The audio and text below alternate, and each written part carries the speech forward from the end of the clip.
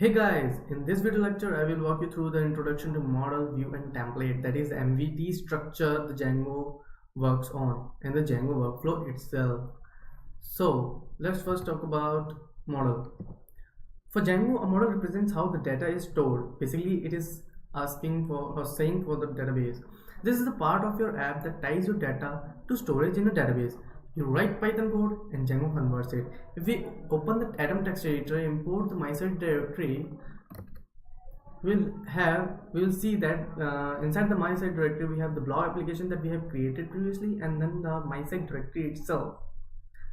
And if you look in the blog application or traverse the blog directory, we have the models.py file.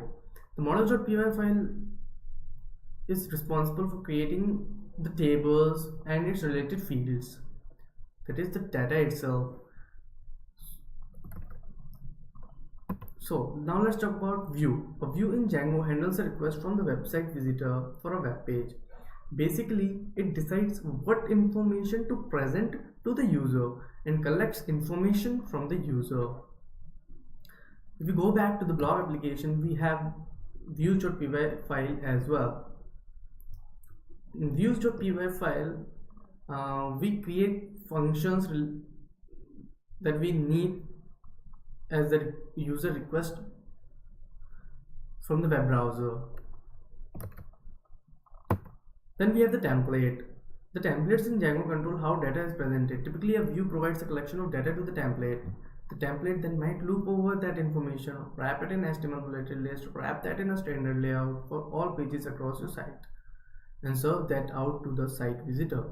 The templates usually refer to some static content such as CSS that makes the site actually seem designed.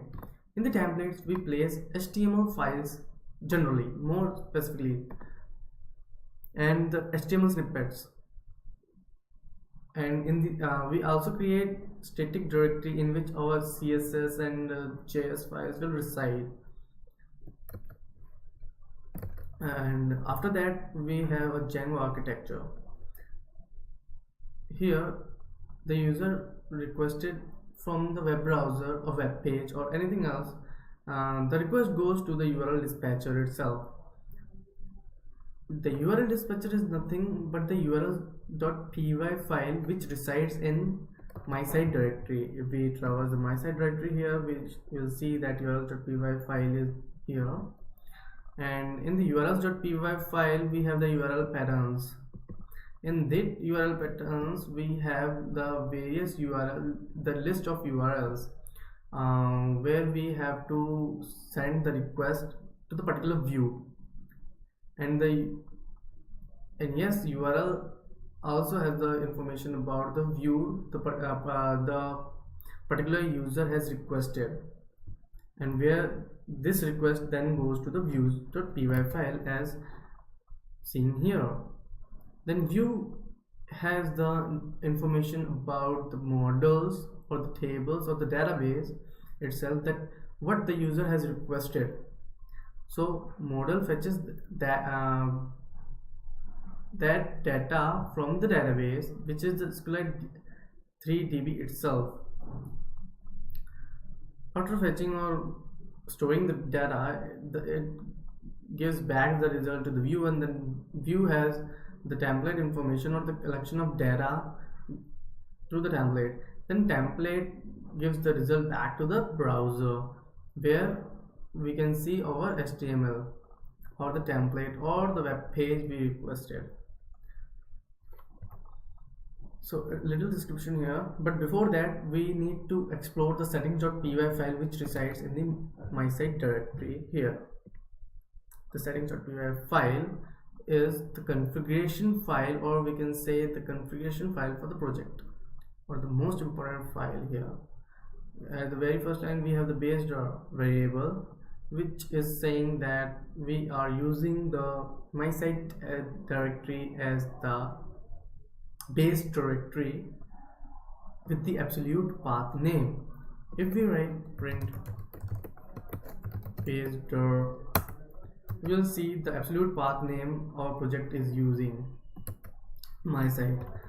we open the terminal and we have already activated the block VENV, that is the virtual environment. If we go to this my site directory and write python manage.py run server,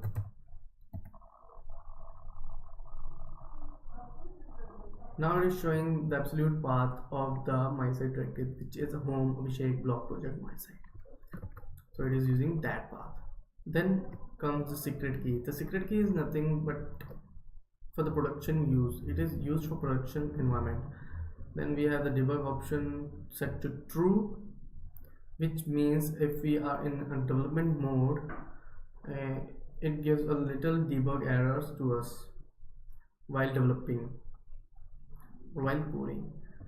If we set it to false, we need to provide the IP address of the server where our project or application is hosted, or we will host. Instead, installed applications. By default, Django ships with some inbuilt applications, which is admin used for admin panel, authentication used for login and sign up process, and then content types, then sessions, then messages related to the messages or the little notification we see on the browser, then the static files. Every time we create an app, we need to specify it here. We have created blog already, so we need to specify here in order to migrate the changes to the database for this application. Then we have the middleware section. What actually middleware is? Middleware is nothing. If we see in the Django, according to the Django documentation, middleware is a framework of hooks into Django's request response processing. It's a low-level plugin system for globally altering Django's input or out. Each middleware component is responsible for doing some specific function. Like for example, Django includes a middleware component, authentication middleware. Here, authentication middleware that associates the users with request using sessions and all that. Then we have the root URL configuration. Let's get back to the slides.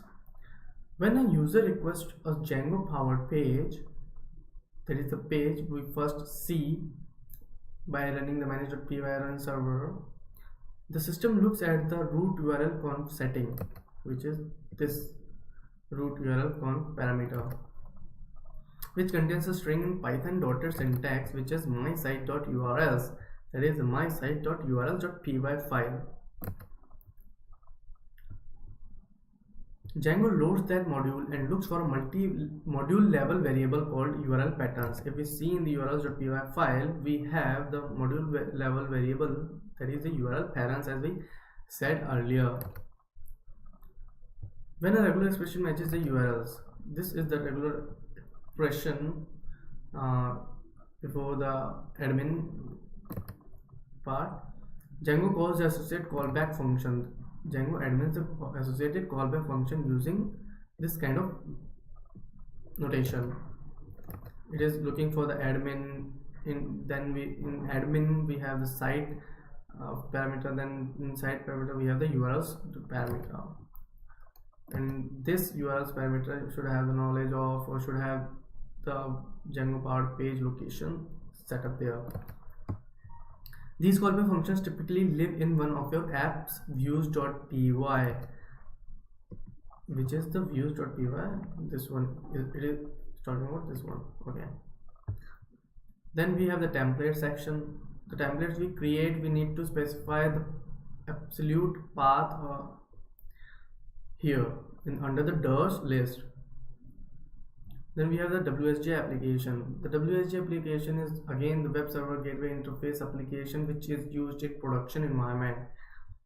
The databases, by default the Django framework shipped with SQLite 3DB, but in the upcoming lectures we will use MySQL as well, and I will show you how to configure the MySQL, install the MySQL and configure it